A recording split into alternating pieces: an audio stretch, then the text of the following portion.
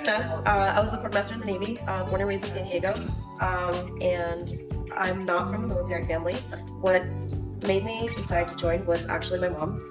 After graduating high school, I come from an immigrant family. When I graduated high school, I didn't want to go back to school, so she's just like, well, it's either you work or you go to school. So I ended up going back to school for medical assisting, and then I tried to become her sponsor so I can apply, begin the process for her green card. And unfortunately with California, they were just like, you just don't make enough. So I decided to join the Navy to help expedite that, and I was able to become her sponsor that way. I was just trying to pick anything that was going to get me out as soon as possible. I was just like, I knew nothing about the Navy. The military in general just never crossed my mind. I remember in high school, the recruiters would always come and I'm just like,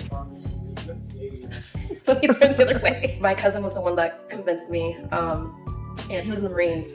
So then he's just like, well, you know, you want to like travel, do the Navy. So then I was just like, all right, I'll try it, but I don't know like what kind of jobs are in the Navy. Like I knew nothing about the Navy. So did a little bit of research, but it was mainly when I got my my job titles. When I found out about quartermasters, I was just like, that's actually really cool. Like one of the things that I really love is like the moon and the stars. So that really got my attention. They're like, yeah, you learn to navigate using the sun and the stars, the moon. So that really got my attention. What I remember the most about basic training, my RDC ended up getting stationed on my ship. So that was interesting. Like I said, I had no idea about the military. I had no idea about boot camps. So I'm just like, I don't know what to expect. So I'm going based off of what I see in movies. I'm just like, well, they're gonna chew me out. They're gonna chew me out. I'm gonna, you know, drop and give them 50, whatever they do in the movies. It was eye-opening, but I remember that was eye-opening for me. The whole culture shock. I've never flown on a plane, so my first time flying out to Chicago, that was my first time ever. I remember when we got our jobs, put me as yeoman, but I also filled in for A-Rock because she was just like, I quit.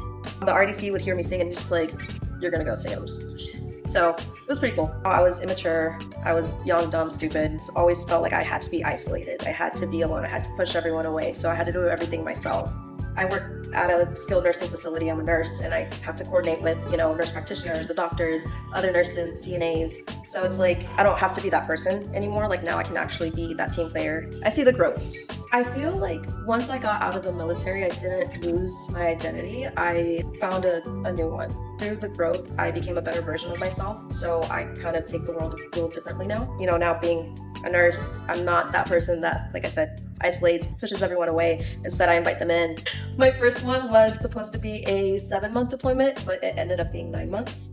It was crazy, but it was one of the best ones. But they split one into 2 deployments. We counted it as 2 separate, just because it was almost 4 months each way. I think the split deployment and the first deployment were the best ones. I really liked for one, the first deployment, it was just like the experience. I'm just like, oh my God, I'm in a whole new world.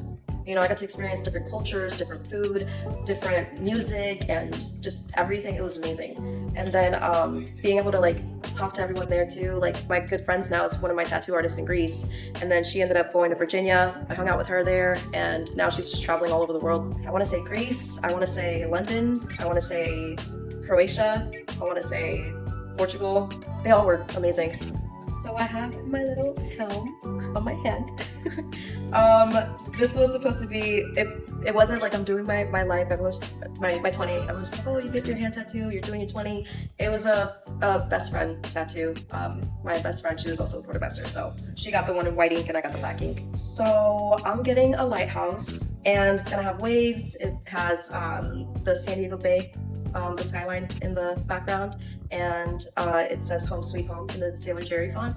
I want to add it like up here because I also have this moon with the girl crying because I was a little sad girl back then, and the quote says, I cannot sleep, I cannot dream tonight, and it's from a Blink-182 song. I know, where are you? But that one hits hard because like back when I was in, like I would always stay isolated in my rack. I'm just gonna sleep it off. And then like when I got out, it was hard to sleep because I just didn't have that anymore. So I'm just like, oh shit. So then when I heard that song, I'm like, damn, it hits now. But yes, and then the whole home sweet home is just like after all those deployments, like after spending almost 10 years in Virginia, like I still just wanted to come back to San Diego. Oh yes. Oh my God, yes. People find different outlets to kind of relieve that. So people turn to alcohol, they turn to drugs, they turn to partying, they turn to a lot of unhealthy habits. Sometimes they turn to other things that's a little, you can't go back. So with like tattoos, it's like some people are just like, oh, they're so painful, but it's like if you're already like in that mindset of like you're hurt, you're by yourself, you're lonely, you're in pain, this is nothing. The message I would give to active duty members would be, don't give up. Don't let others influence you in a negative way. If you are angry or you feel alone, don't be afraid to reach out. I would say the same to veterans as well, because that applies tremendously, because you'll need the support when you get out. For civilians, be patient with veterans and be patient with active duty members.